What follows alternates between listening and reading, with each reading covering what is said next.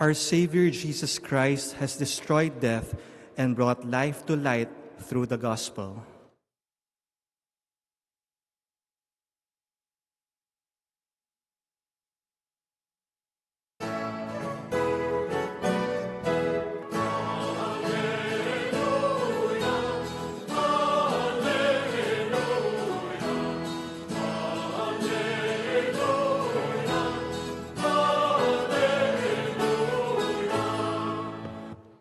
The Lord be with you. And with your spirit. A reading from the Holy Gospel according to Saint Mark.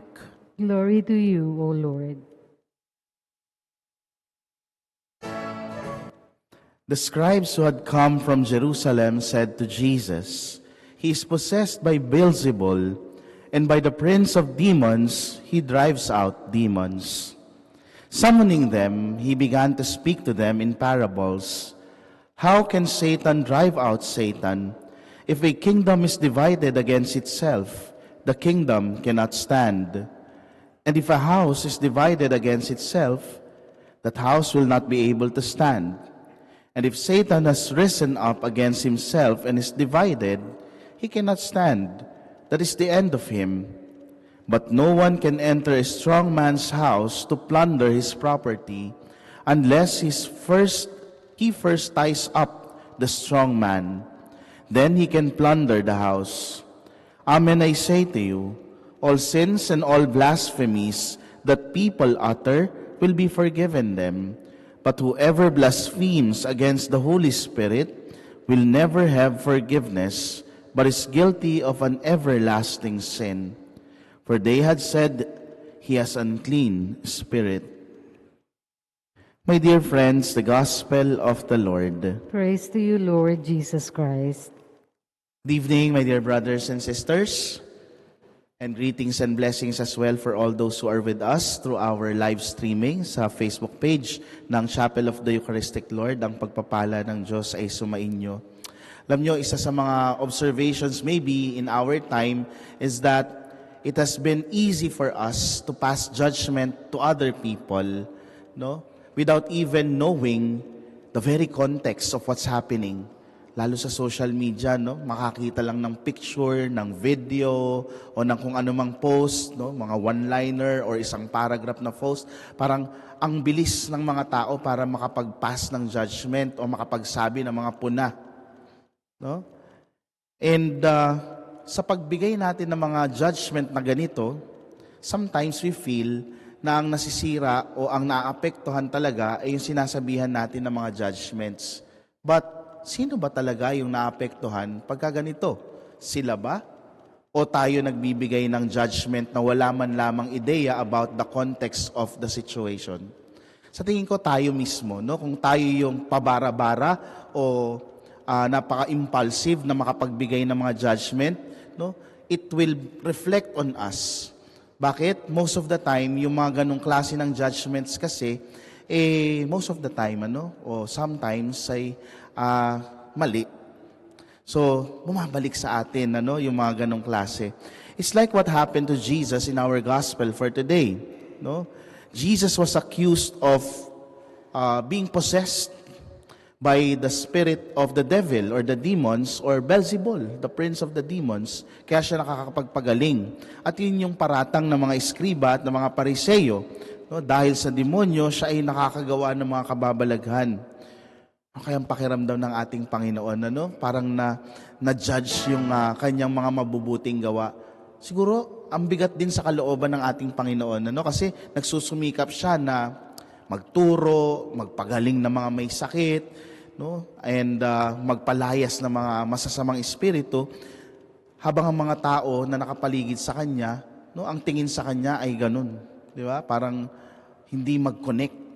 So, tayo din siguro, may mga pagkakataon na ganun, lalo na kapag nagsusumikap tayong gumawa ng mabuti, and then, o magpakabanal, o magpakabuting tao, tapos yung mga tao sa paligid natin, parang iba yung paningin, di ba?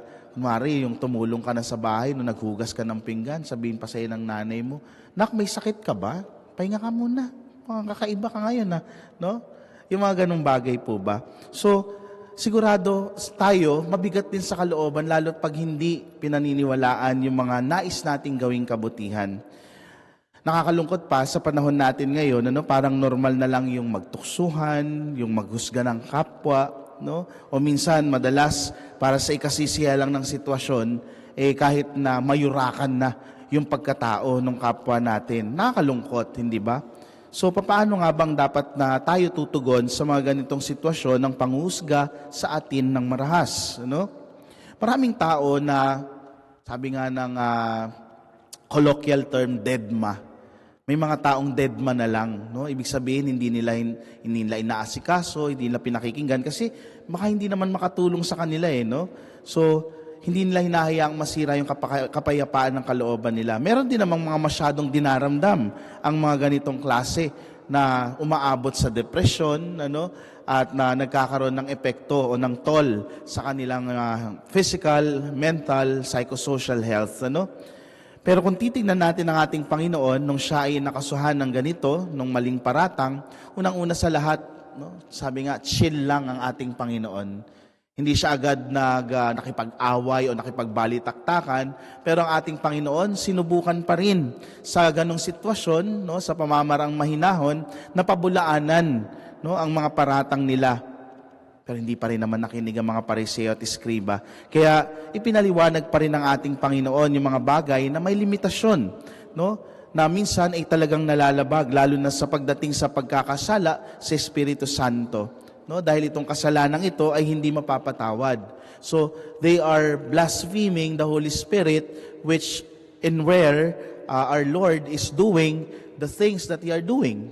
Sa pamamagitan ng Espiritu Santo, siya ay nakapagpapagaling, pero ang mga tao ay hindi makapaniwala dito. Pero kung titingnan nating maigi, ang ating Panginoon, hindi pa rin niya tinanggal yung paggalang sa dignidad ng tao. Itinuring pa din niya na ang bawat isa bilang tao, bilang anak ng Diyos, sapagkat pinaalalahanan niya din, pinaalalahanan niya pa din ang mga umuusig sa Kanya na pumanig sa kung ano yung tama at mabuti, kung ano yung makadiyos na umiwas magkasala at igalang pa din ang kapwa-tao. In short, sa sitwasyon na ito, bukod sa ang Panginoon ay chill lang sa pag-address, tinuturuan niya rin tayo na huwag mag-focus sa kung ano yung mga mali. Sometimes, meron tayong mga pagkakataon na masyado tayo nakafocus dun sa mga mali, na nakakalimutan natin tingnan na meron pa ring buti na idinudulot ang ating kapwa. Hindi ko sinasabing huwag pansinin yung mga kamalian. It's good to correct an erring brother or sister.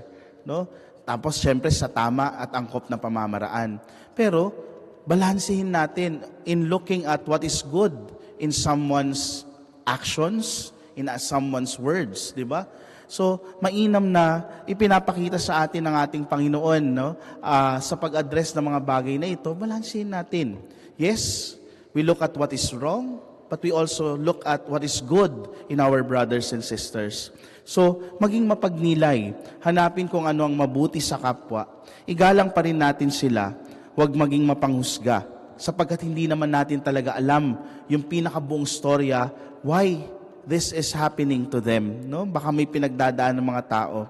Nang sa ganung pamamaraan, lumabas din yung ating tunay na kasinuhan o ng ating identity, ang ating kabutihan at yung busilak na kalooban natin bilang mga anak ng Diyos at bilang kawangis ng ating Panginoon.